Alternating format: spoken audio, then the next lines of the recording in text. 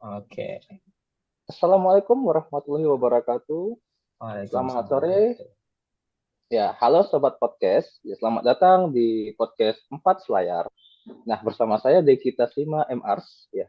Di ruang diskusi santai namun bermakna yang membahas isu pemerintahan, kebijakan publik dan pelayanan kepada masyarakat. Nah, saya di sini ditemani teman saya nih. Oke, halo semua. Perkenalkan, saya Daslin, Solim Juanda Lumban Tobing.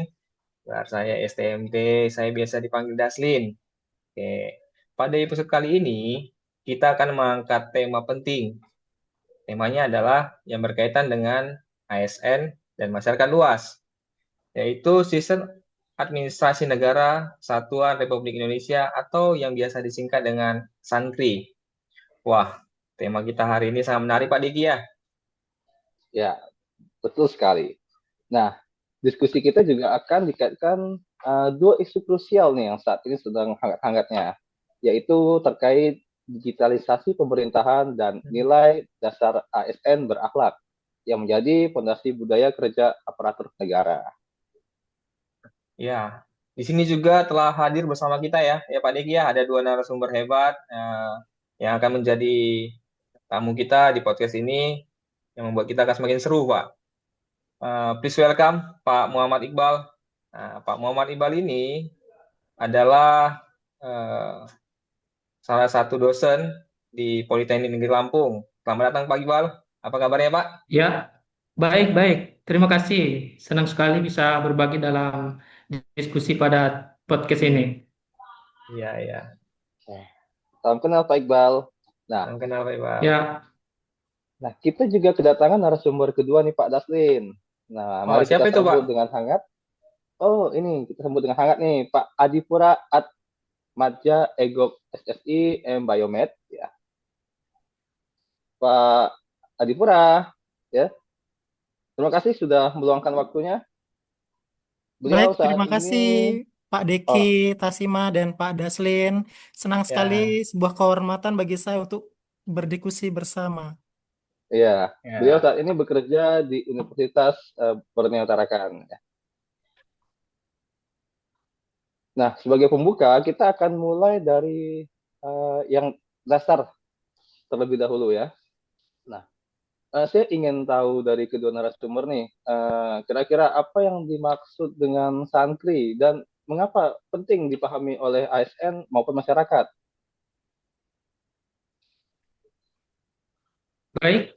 Pak Diki, mungkin saya bisa langsung menjawab pertanyaannya bahwa Sanskri merupakan suatu sistem terpadu yang mengatur seluruh proses penyelenggaraan administrasi negara, mulai dari perumusan kebijakan publik, penataan kelembagaan, pengelolaan aparatur, hingga penyelenggaraan pelayanan publik dan pengawasan. Sanskri, Sanskri ini memastikan seluruh aktivitas pemerintahan berjalan selaras dengan tujuan bernegara. Dan bagi ASN itu sendiri bahwa Sankri menjadi pedoman kerja dan kerangka berpikir agar setiap tugas yang dijalankan secara profesional, akuntabel, dan berintegritas. Sementara bagi masyarakat luas ini bahwa Sankri menjadi jaminan bahwa negara hadir melalui kebijakan dan layanan yang adil, transparan, serta berpihak pada kepentingan publik. Seperti itu Pak Diki dan Pak Daslin. Oh, begitu ya, Pak.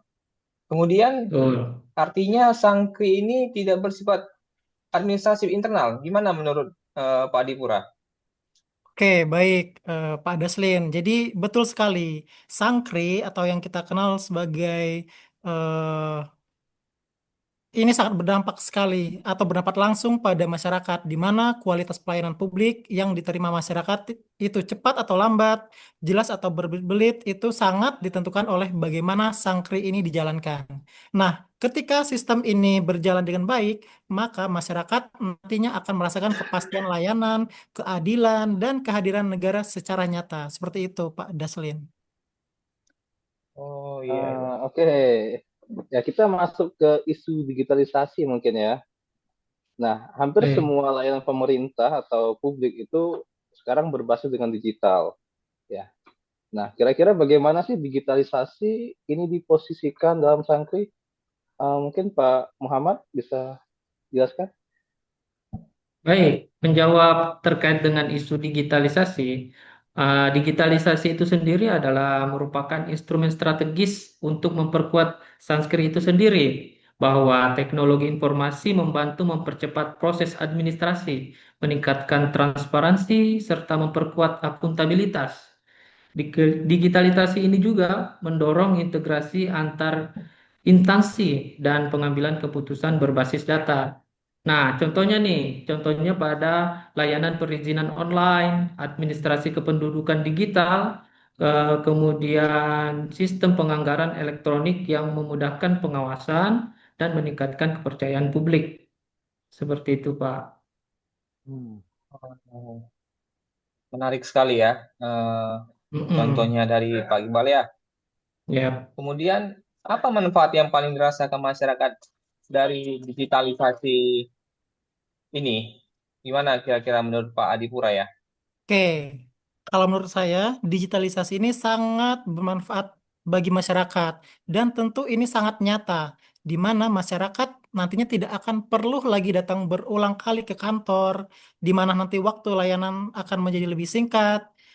Tentu biaya akan lebih efisien dan proses akan lebih pasti. Selain itu juga, sistem digital ini juga akan mengurangi potensi penyimpangan karena setiap tahapan tersebut akan tercatat dan dapat diawasi. Begitu.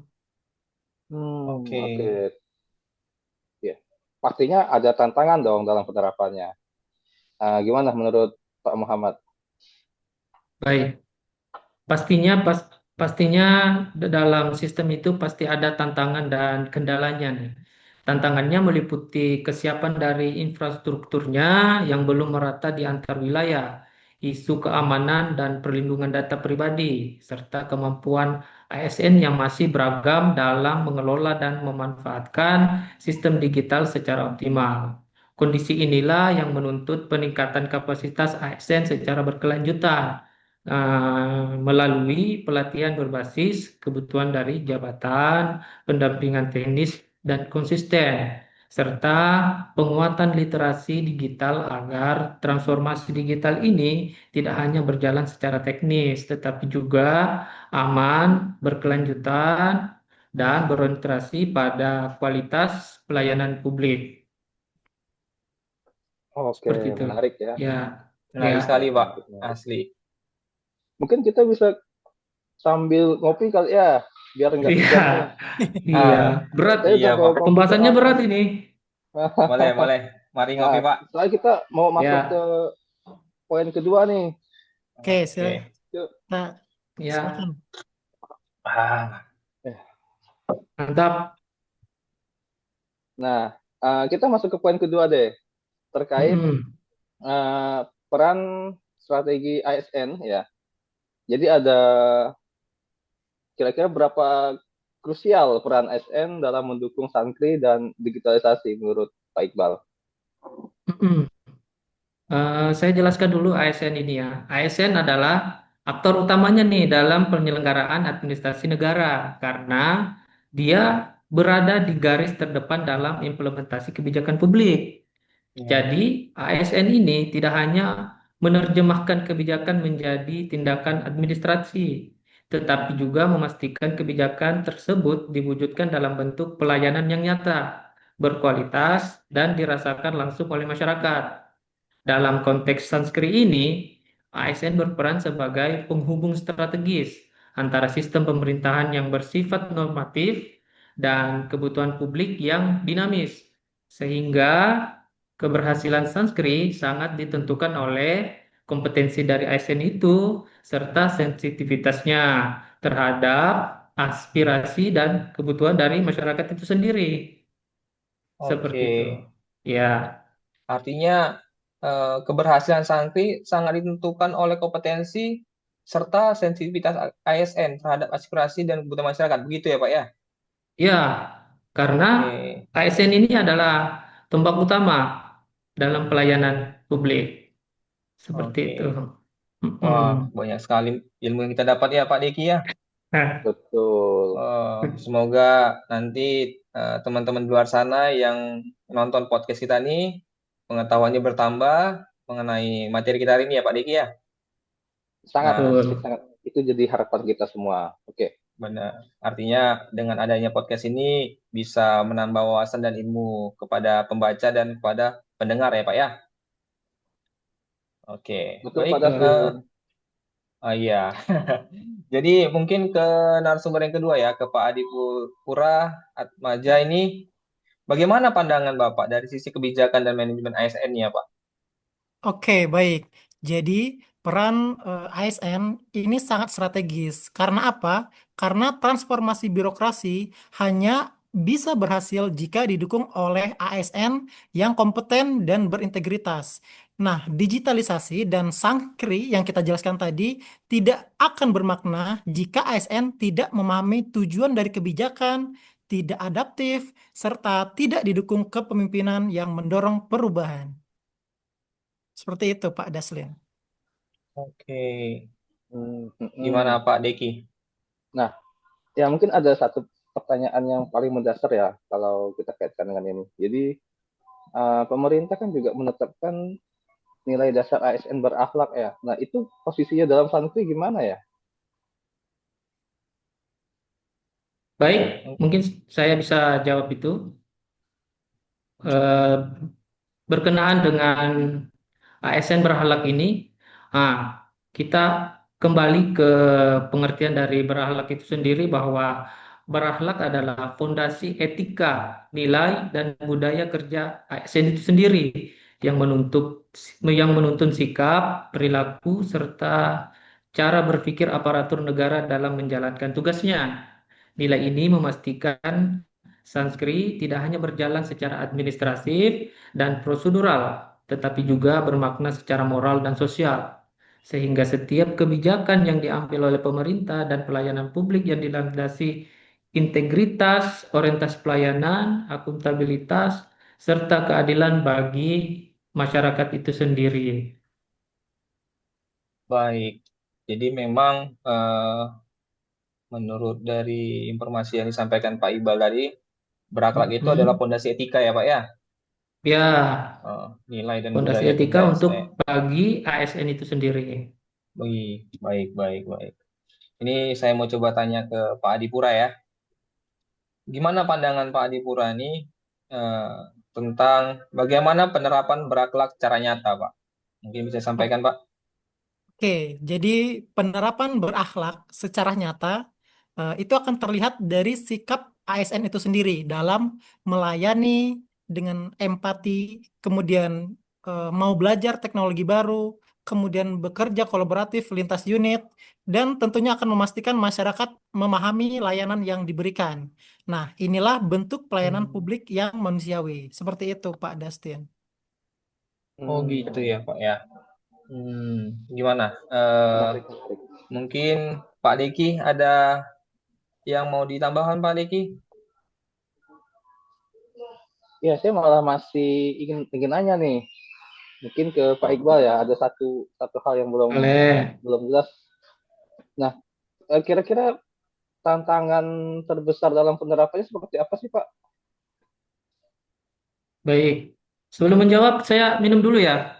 Haus ini. Ah, Ya, ya silakan, silakan, silakan. silakan, silakan. Mungkin kita boleh Ya, sama-sama minum nih, iya Pak Raja, karena Pak Deki.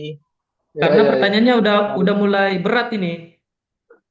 Udah berat pertanyaannya. Ah, Mengulangi memang. pertanyaannya, mengulangi pertanyaannya bahwa tantangan terbesar penerapan dari Sanskrit itu sendiri bahwa melihat dari perubahan budaya kerja menjadi tantangan utamanya, bahwa Ya. digitalisasi ini menuntut kita untuk keterbukaan, akuntabilitas, dan pola kerja yang kolaboratif, sehingga memerlukan komitmen kuat dari pemimpin sebagai role modelnya serta kesiapan dari ASN itu untuk terus belajar nih, kemudian beradaptasi dan keluar dari pola kerja lama yang berorientasi dan kaku. Kemudian tanpa perubahan mindset ini, bahwa transformasi digital berisiko hanya menjadi perubahan alat, tetapi bukan menjadi perubahan dari cara kerja kita. sebagai ASN. Seperti itu. Oke. Mm-mm. Jadi mungkin saya dengan pertanyaan yang sama, Pak. Saya akan tanyakan langsung ke Pak Adipura ya. Apa tantangan terbesar dalam penerapan Sankri berbasis Mm. digital menurut Pak Adipura? Silakan, Pak. Oke, baik Pak Daslim. Jadi kalau Pak Muhammad Iqbal tadi menitik beratkan pada tantangan utamanya itu pada perubahan budaya ya. Sedangkan kalau di saya, selain budaya kerja, menurut saya tantangannya itu adalah mengenai integrasi sistem antar instansi dan keberlanjutan kebijakan itu sendiri. Nah, pastinya kita akan bertanya-tanya kan solusinya apa begitu kan. Jadi kalau menurut saya solusinya adalah kita kuatkan leadership digital, kemudian kita akan integrasi sistem nasional, serta kita akan tingkatkan literasi digital ASN itu sendiri, dan tentunya kita libatkan masyarakat. Seperti itu, Pak Daslin. Oke. Artinya selain budaya kerja, tantangan adalah integrasi sistem antar instansi gitu ya, Pak ya? Betul sekali, Pak Daslin. Oke. Wah, banyak sekali ilmu yang kita dapat, Pak Degi ya. Iya, sangat menarik. Tapi Ah, iya, berat kata sepertinya ini waktu kita udah mau habis ya. Mungkin kita bisa minta closing statement dari para narasumber ya. oke. Mungkin dari Pak Iqbal, Ya, kira-kira boleh. pesan untuk ini pesan Bapak untuk ASN dan masyarakat itu seperti apa? Oke, Silakan Pak Iqbal. baik. Oke, baik. Sebagai pesan penutup saya bahwa pesan saya untuk ASN, jalankan tugas dengan integritas, profesionalisme, dan semangat melayani sebagai wujud pengabdian kepada negara dan masyarakat. ASN diharapkan tidak hanya patuh pada aturan, tetapi juga adaptif terhadap perubahan. Kayak seperti tadi, digitalisasi, mampu memanfaatkan teknologi secara bertanggung jawab, serta menjunjung tinggi nilai berakhlak. Nah, itu yang harus ditekankan pada ASN dalam setiap pengambilan keputusan dan pemberian layanan. Nah, kemudian menjawab bagi masyarakat itu sendiri. Ah, diharapkan bahwa memanfaatkan layanan publik digital secara bijak, pahami hak dan kewajiban sebagai pengguna layanan, serta aktif berpartisipasi dalam memberikan masukan dan melakukan pengawasan agar penyelenggaraan pemerintahan semakin transparan, akuntabel, dan berpihak pada kepentingan publik itu sendiri. Terima kasih. Mungkin Oh, itu jadi dari saya. begitu. Ya. Iya, iya. Jadi nilai yang berakhlak Mm-mm. itu kita terapkan dalam pengambilan keputusan dan pelayanan seperti itu ya. Ya, betul. Oke. Nah, mungkin sekarang Pak Adipura closing Oke, statement. baik, baik Pak Deki. Mungkin singkat saja ya closing statement dari saya. Jadi eh, setelah kita bahas begitu banyak mengenai sangkri, digitalisasi dan nilai berakhlak, jadi memang betul ada 3 poin utama yang harus benar-benar dipegang teguh oleh ASN ya, mulai dari sistem administrasi NKRI, digitalisasi dan nilai berakhlak. Nah, ketiga ini harus berjalan secara terpadu dan sinkron begitu. Dan tentunya harus saling menguatkan, di mana sistem administrasi yang baik tanpa dukungan teknologi akan berjalan lambat. Nah, sementara digitalisasi tanpa nilai berakhlak juga berisiko kehilangan arah dan kepercayaan. Ketika sistem dirancang kuat, teknologi dimanfaatkan secara tepat, dan aparatur negara bekerja dengan integritas, profesionalisme, serta empati, maka kepercayaan publik akan tumbuh secara berkelanjutan dan tentunya legitimasi pemerintahan semakin kokoh. Seperti itu, Pak Diki. Wah, wah, closing Nah, statement yang sangat menarik ya, Amin. Pak Deki ya. nah, baik Sobat Ya, Podcast, dari diskusi ini kita belajar bahwa Sankrit adalah fondasi pemerintahan. Nah, digitalisasi adalah penguatnya dan ASN adalah ujung tombaknya. Jadi sampai jumpa di episode berikutnya dengan narasumber yang lebih inspiratif dan lebih bijak. Wassalamualaikum warahmatullahi wabarakatuh. Waalaikumsalam. Waalaikumsalam warahmatullahi Waalaikumsalam wabarakatuh. wabarakatuh. Terima kasih Pak Iqbal.